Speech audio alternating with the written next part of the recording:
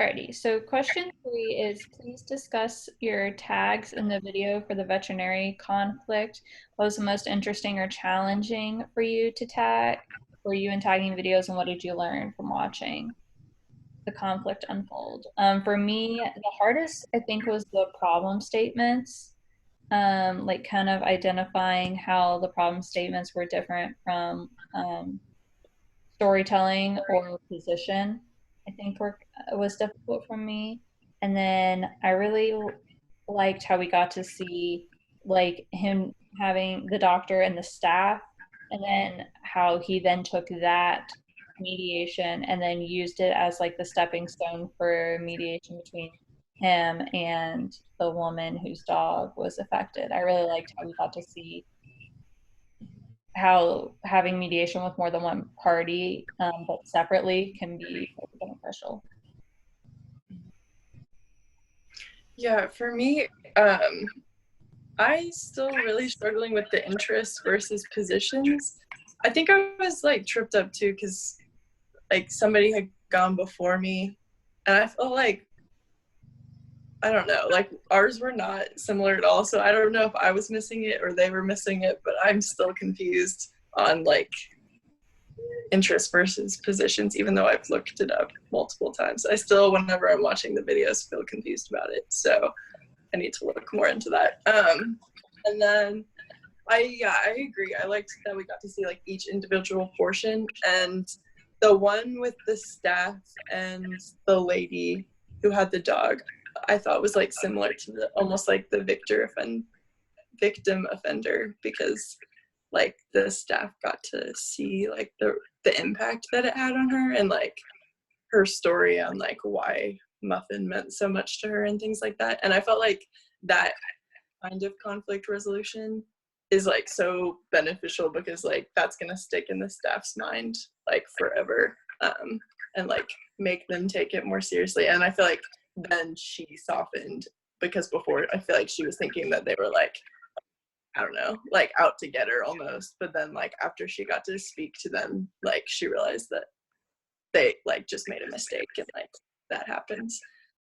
So yeah, I thought like the whole series was very helpful. I also like that we got to see like, because I guess in my head, kind of similar to what you guys are saying, like in my head when I think about mediation, I think of like one meeting with like the two parties and then like that's it and stuff. So I think it was nice to kind of like see how it like built up. So it was like, the vet and the staff, and then like moving it from like situation to situation and still going through the mediation process. Same as what you were saying, and like kind of what I was saying earlier, like I did have a hard time like distinguishing between like interest and position and stuff. And like, even though I guess it kind of in my head, like it makes more sense to almost think about it like uh kind of like, when they say like the argument about like the shoes in the middle of the room, like it's not actually about that. So like the position might be like, I want you to stop leaving your shoes in the middle of the room, but like the actual interest is like, I want you to like do your part or something like that. I guess it's just like a way that I was finally able to like make sense of it in my head. But like when I was tagging stuff, then I was like, I still don't really know. And it wasn't until like I like really like read the chapter and stuff that I was like, oh, okay, it makes sense now. um but yeah, I still kind of have a hard time like just like watching that conflict unfold and stuff, like kind of similar to in the last module, just because it is like so scripted, I guess a little bit, that it was like, man, like I can't imagine really being in a like I guess I'd still, even if I'm mad at somebody, I still try to be polite. So to like outright sit there and watch them be like, well, I think you should fire them. Well, I think you should fire them, and just go back and forth. It was like, oh my gosh, like let's grow up, guys. Yeah. So I also think that it's the interest and position thing is really confusing. And with the tagging, I almost feel like I wish that I couldn't see other people's tags because it confuses me. And I'm like, did I mess it up? Did they mess it up? Like, just, I don't know, like, did I click it too late? Now it's not going to make sense. So yeah, I feel like that's just a whole confusing thing. I actually haven't gotten to this module's taggings, so I'm going to refer to the last module's taggings. But I thought that when it was the vet talking to the vet assistants, that, since I work in a vet clinic, that felt too real. And yeah, it was interesting to see like how the situation was handled, and like, I don't know, like with the texts and everything, how they responded. And at that point, like, I thought it was definitely challenging to identify the position and interest of like each tech and the doctor and everything. So, but it sounds like for the rest of this module, it's probably the same situation and they're just piggybacking on it. So it should be interesting. So. Okay, so number 4 is, without an explicit assignment to practice mindfulness, what have you continued doing that helps you be in contact with the present moment? Well, I think this question was written before we were in a global pandemic, so it's been really difficult, honestly. I think the biggest thing that I've been doing is going for walks outside every day. So, like, we live behind a liquor store. I know this sounds bad, but I live behind a liquor store, and they're still it's like essential business. So, like, we get to walk around and see people, I guess, which, like, for me is like seeing that the world, like, there's still people that are okay. There's still people that are like working and things like that, because we don't leave the house ever except for our walks or to go to Kroger once a week. So I think that's been a big thing. And then we've been doing yoga. I've noticed like my back has been hurting a lot more, and I think it's because I'm literally sitting on the couch or like sitting in my bed all day working, and I know that's not great, but it's like that's kind of the reality of what's happening right now. Especially being in an apartment, we don't have a desk at home or anything like that, because we figured, why, no one works from home, and now we're here. So we've been trying to do like a nightly yoga with Yoga by Adrienne on YouTube. It's free. And that's been really good too, because she also is very much like about like creating space and like honoring that you actually took the time to do this today without being like too like I'm a tree branch or something like that. So I really enjoyed doing that. But yeah, the mindfulness, I haven't gotten there yet. So probably should. But In Yoga by Adrienne, Adrienne lives in Austin, actually. oh, really? Mm-hmm. See, you should go see her. You should ask her to do sessions. Exactly. That's what my sister tells me too. I love her. She's great. Yeah, I have also been doing yoga with Adrienne, and I hadn't been doing it until the pandemic, but now I am, and I'm enjoying it a lot because she is very like mindfulness based. I feel like a lot of the things she says are like very similar to like meditations and things. And I've been going like taking my dog on walks every day, which has been nice too, because it's been like very pretty until today. It's not pretty today, but like the whole weekend it was really nice outside. And Sunday we like drove to the mountain and like drove around the mountains, which was nice because like you're not interacting with people, but you're like getting out and doing something. And then I went hiking like a week before too, but then they closed down the park, so not hiking anymore. But just like trying to stay active-ish, like in any way that I can. That's about it. For me, I still use like the Headspace app.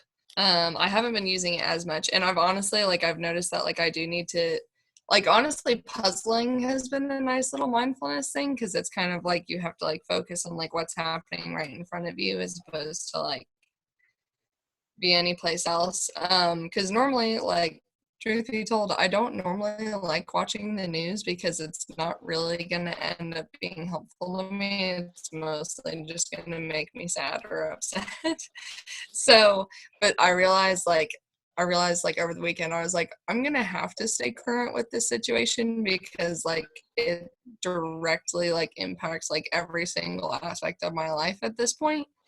And so like I like read a bunch of articles and then I was like, oh, this is terrible. So I like came back and I like ran and stuff. And so for me, like stress running is a thing.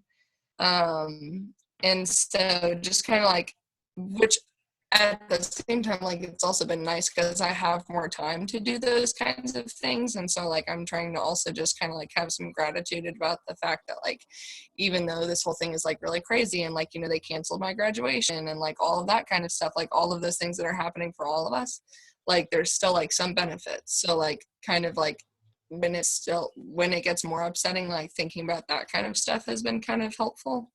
But yeah, just like, and I, again, just like having the opportunity to do a combination of things for mindfulness, whether it is like working on a puzzle or like going for a run, which normally I wouldn't have time to do, or like taking time to cook, or just like all kinds of different things has been really nice. I should do Yoga by Adriene though. I've done yoga before with those videos, but I should do them again. Yeah, like I agree with Leslie. Like the news thing has been really hard for me. I'm normally one that doesn't like, I don't watch the news. My partner watches the news like nonstop, so he actually has like a separate room where he watches the news after work, and then I don't, because it stresses me out. And so what I've been doing is I have like a smart speaker, and I can't say its name because it'll start talking to me. But it does it all the time. I've been doing like the flash briefings from NPR just so like I know what's going on, and I do it like while I shower and get ready in the morning. So that way I feel like I'm up to date, but I don't have to like dwell on it, because I get like really stressed because I'm like everyone's dying and the world's ending. So I think like, and it's also really cool to like, it's so weird. Like I'll watch a movie and then I like end it and then I'm like, oh, like we're in a global pandemic. Like it's very odd, but I think like, yeah, just any distraction at this point I think can count, you know. Um, okay, so number 5 is, what did you think about the forgiveness content, and what part does forgiveness have in conflict resolution? There are 2 parts I really like. It said, forgiveness does not necessarily mean reconciling with the person who upset you or condemning his or her actions. In forgiveness, you seek the peace and understanding that come from blaming people less after they offend you, and taking those offenses less personally. And then also it says, get the right perspective on what is happening. Recognize that the primary distress is coming from hurt feelings, thoughts, and the physical upset you're suffering now is not from what hurt you 2 minutes ago or 10 years ago or things like that. And I think that forgiveness is very much like that. It's based on something that happened, like a hurt moment, and that we create this big feeling around it and things that can last a long time and can hurt us and cause us like emotional and physical distress. But whereas like if we do work to forgive, it can really lessen conflict, because the longer that we don't forgive, conflict will build and build until it kind of explodes. Yeah, I thought he said a lot of interesting things in the video. Like one thing he said was that like nicer people, what did it say, have better health, which I thought was interesting. I like don't totally know how they're like measuring that, but it's an interesting thought. And then he also said that people in our thoughts, our like negative thoughts are like 40 to 80% of our mind space. And again, I don't know how that's being measured, but also that seems like so much. And so I was like really floored by that. If that's true, it's shocking and like, I don't know, very surprising. And then, yeah, I agree with Elizabeth that like it's a lot about like keeping perspective, and like he talked a lot about like, I don't know, like viewing yourself like in the midst of like everything else that's going on in the world, and like not just focusing in on like your own problems, because I think it is easy to like view your situation and think like, oh, this is like the worst thing that's ever happened, this is horrible. And I'm sure it is a horrible situation, but I think sometimes it's easy to like in our own minds like take it farther than maybe it really is. So like if you reflect about your situation in comparison to other situations, I think you like can soothe yourself a little bit. So, yeah. I liked the forgiveness content. Like, I somehow must have missed that statistic about like the 40 to 80%. Like when you just said that, I'm probably gonna have to go back and like rewatch it or something because that's like wild. I liked it though because like even though like intuitively like forgiveness is just kind of like a passing conversation sometimes, then like actually watching content on it and stuff made me really think about it. And so to me it was kind of reminiscent of like with the 12-step program and stuff, like steps 8 and 9 for like making amends, which is when working with patients and stuff, like it's not necessarily like there's some people who they can't necessarily go and like apologize to, nor are they going to get an apology from, but it's more about like just letting it go. And not that like it doesn't matter, like if somebody has died since like they did something wrong to you or you did something wrong to them and stuff, like you're never going to get that like satisfaction necessarily of being able to be like, hey, I'm sorry that I did this, or like but kind of just being able to be like, I'm going to release this kind of thing. So for me, like it helped me understand it and like think of ways to apply it, just thinking about it that way.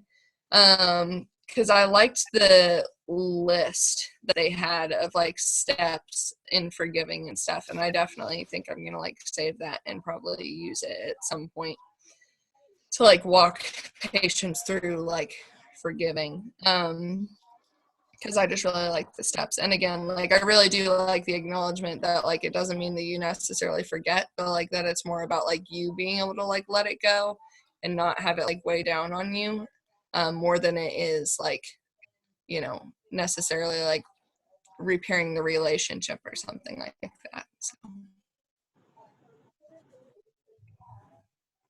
I found it the most interesting in the lecture with that, just talking about people's motivations for forgiveness, and what the outcomes were based on their motivations, which made a lot of sense. And before I even watched it, just looking at the module, I actually thought of 12-step programs as well, because I was like, oh, this sounds familiar, and I just had a client talk about that.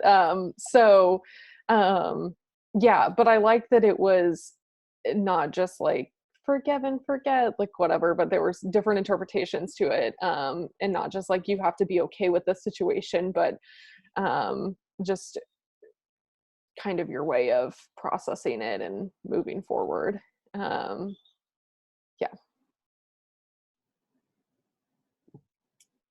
Okay, I think that's it.